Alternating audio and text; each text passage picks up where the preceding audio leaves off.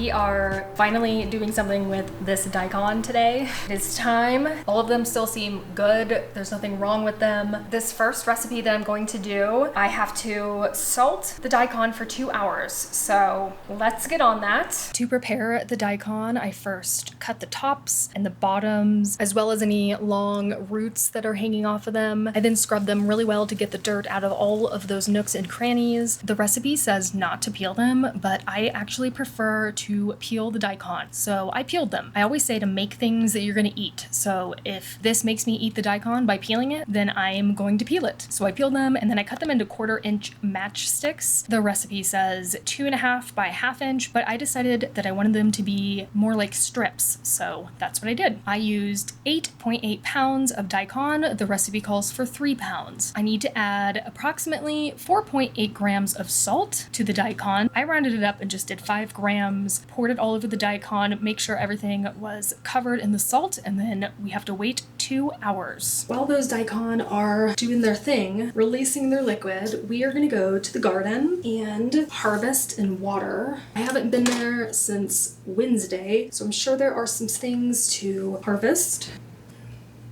I need to set a timer for the daikon. Can't forget about that. All right, 2 hours. Let's go to the garden. Okay, I'm at the garden. Look at this literal mammoth of a sunflower.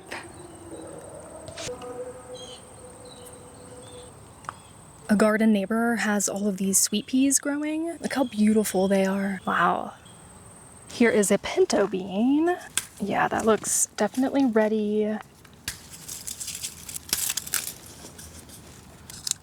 There's a couple more on there, but I'm just gonna leave them until they are yellow and wrinkly. These pinto beans are getting there. They're not quite there yet though. Let's check on the melon. Oh my gosh, how cute is that? It is so cute. Brighten this up for you. There we go. Can you see that? Wow. So freaking cute. I can't. Ew, so many grasshoppers. Here's another one right here. It's hanging on the ground. I think I might actually clip this up. Oh my gosh. That is so cute. Cute little viola. Look at that. Love. They're so pretty. Looks like they're a little beat up.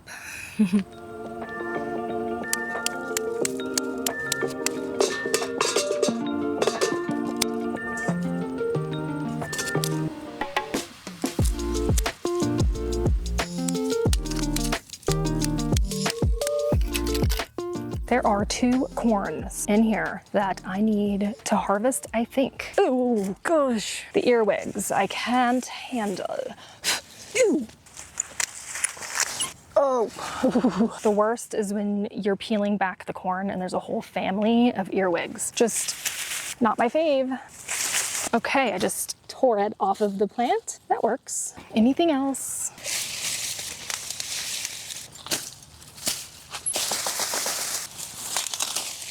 Ew. This corn is just a baby. Look at it, but it was ready to go, so guess I'll take it. This one, on the other hand, it's like a really, really good size. Ew. Oh no. Oh no. I don't know if you can see that, but I think I see a worm in there. Oh no. What is this? Ew. Oh my God, there is a worm. Oh no. Not a fan of that. Oh, that's bad.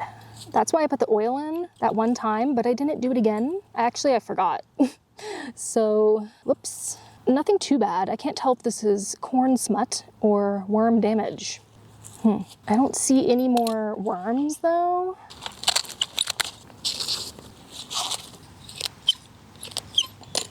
There we go. Pinto beans, zucchini, tomato, corn, green beans. Perfect.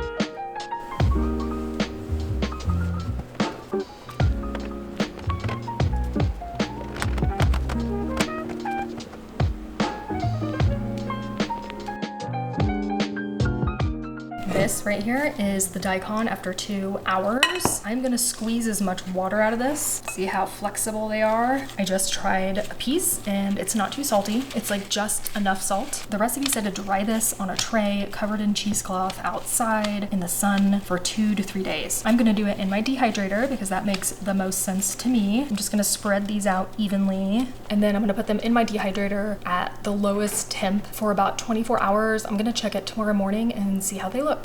I'm on the patio and we have a tiny spoon tomato. Do you see that?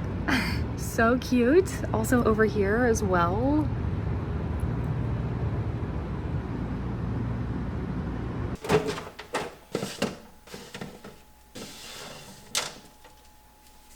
Well, apparently my daikon is over dry just a bit, I think. It's slightly pliable, but I still think it's just a bit over dried. I'm gonna move on to the next part of the recipe, which is seasoning it. First, I'm going to rehydrate the daikon and massage it with my hands to get rid of some of the salt that's on it. This is what they look like now. They are pliable. I tried a little piece and it had a slight salt, but more so in the middle of it, so it's seasoned throughout, but it's not really salty on the outside. I am now adding the seasonings, which include sugar, sesame oil, soy sauce, and it says pickled chilies, but I don't have that. So I'm just gonna use chili crunch. Probably could have used a smaller jar for this. I didn't know how much space it would take up. So it's not super authentic to the recipe, but it's using whatever I have. The next step is to put this into the fridge overnight, and then tomorrow I can taste test it and see if it's good.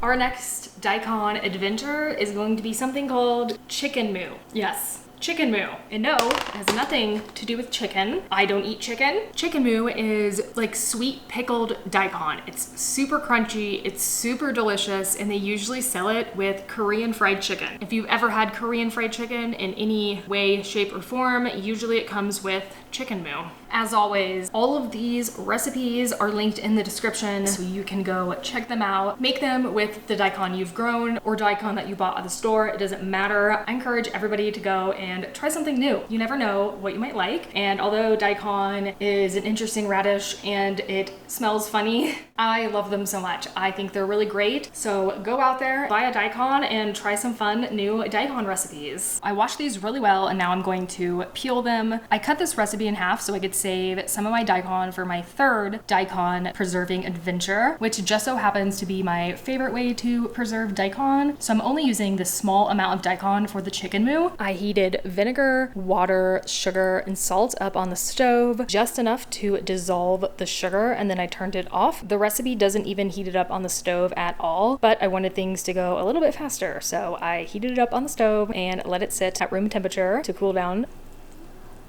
I'm gonna put this into the fridge, and I think I'm gonna test it out tomorrow as well. I have a feeling that overnight in the fridge that these are gonna be so good, and I cannot wait to try them. We are now going to shred this daikon and preserve it in my favorite way, which is dehydrating it. Last year, I used a vegetable peeler to shred all of the daikon, and that's totally fine. You can use that, but I also forgot that I owned a mandolin. So this year, I am going to be using a mandolin. This one is from OXO, and it's super nice. I've had it for so long. I'm not sure if they sell this one anymore, but I will link whatever I can find in the description. It comes with multiple shredding sizes, and what I have in there right now is for, it says French fries. I think it's like 1/4 of an inch, and then I'm setting the blade at 1/8 of an inch. That is the size I'm gonna do. I think it's like 1/8 of an inch by 1/4 of an inch, maybe, kind of like a flat shred. Also, be very careful. Those are so sharp. I just stabbed my finger. Lovely. I tried to save the most straight, bigger daikon to use for this way of preserving daikon. I feel like the bigger, straighter pieces are gonna be way easier to use on a mandolin.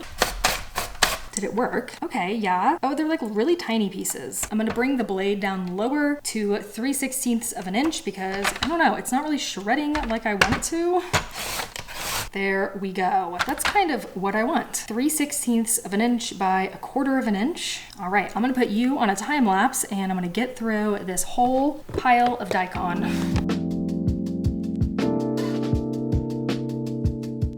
All of of this daikon is shredded. This is my daikon from last year. I've been saving it because there's not much left, and I'm so excited to replenish this jar. And yes, I will be showing you what I make with this dried daikon. It is so delicious. I love it, and I love that you can have it at any time throughout the year because it's preserved by drying. You can also use this dried daikon for any other dish, soups, stir fries, and it adds a little bit of daikon stinkiness along with some crunch. If you're into that, I highly suggest drying your daikon. Now I'm going to evenly disperse these onto these dehydrator trays.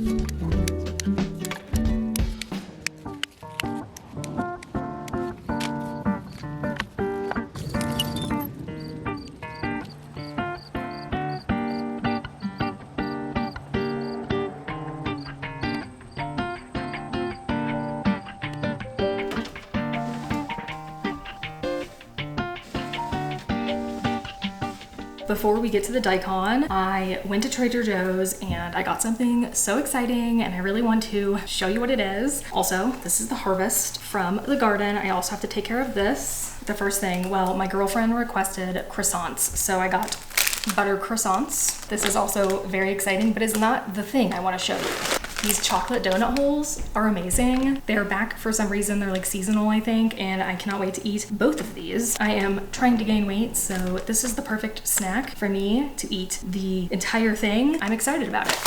I got a juice for myself, blueberry elderflower. It's actually really delicious. Some more juice, some orange, peach, mango. I love any kind of juice. Orange juice is usually my favorite, but I'll take any juice. And then for the most exciting thing, oh my gosh. I have lived in Colorado for almost 2 years and I've been looking for these melons forever. And I looked for these melons last year, I never found them, and I've been looking for them ever since it became melon season. These are Rocky Ford cantaloupes. They are grown in Rocky Ford, Colorado, and they are just like a specialty here, and I'm so excited to try them. They smell so good, but they're not ripe, so I will let you know what they taste like whenever they are at that point.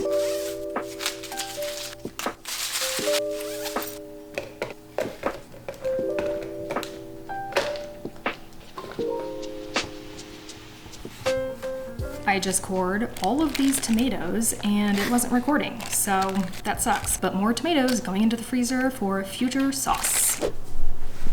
I am going to be preserving this corn. I'm going to take it off the cob, blanch it, vacuum seal it, and then throw it in the freezer. I cannot believe I was so successful with corn. I mean, I call this a success. Look how cute this one is. Oh my gosh. This one is looking so amazing. That's nearly a full cob right there. Has a bit of, I don't know, smut. I have no idea what that is, or maybe it's just bad. This one looks red. I don't know why either. Other than those, they look pretty good, I'd say.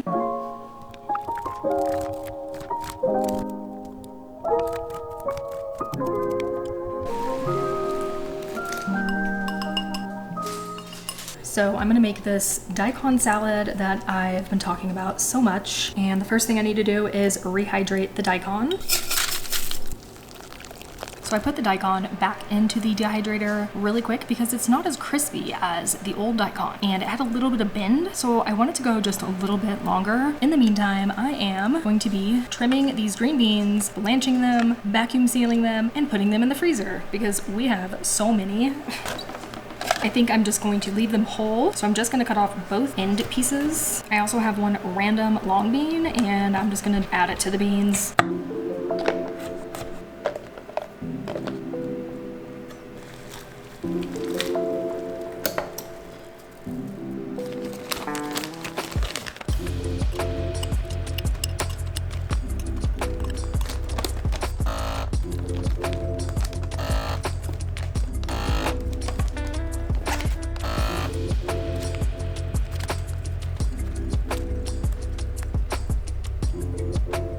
other camera overheated because I've been filming for way too long. So I am using a different camera, but the daikon here is ready to be drained. This is what it looks like, perfectly rehydrated. I'm now going to shred this carrot and put it into here.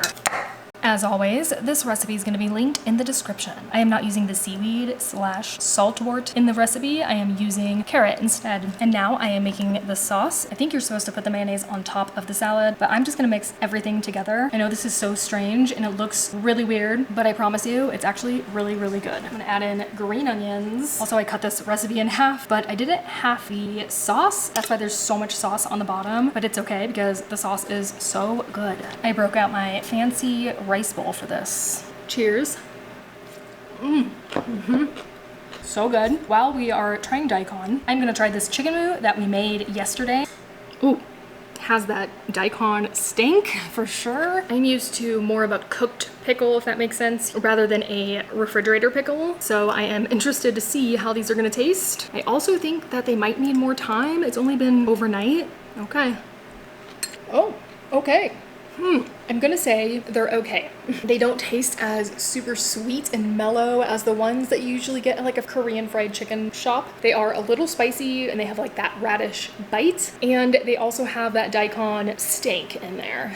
If you've ever been around a daikon, you know what I'm talking about. They kind of stink. Maybe I will give this more time in the fridge and try it at a later date. This is the preserved spicy daikon that we salted and dried and then rehydrated and then mixed with a bunch of spices.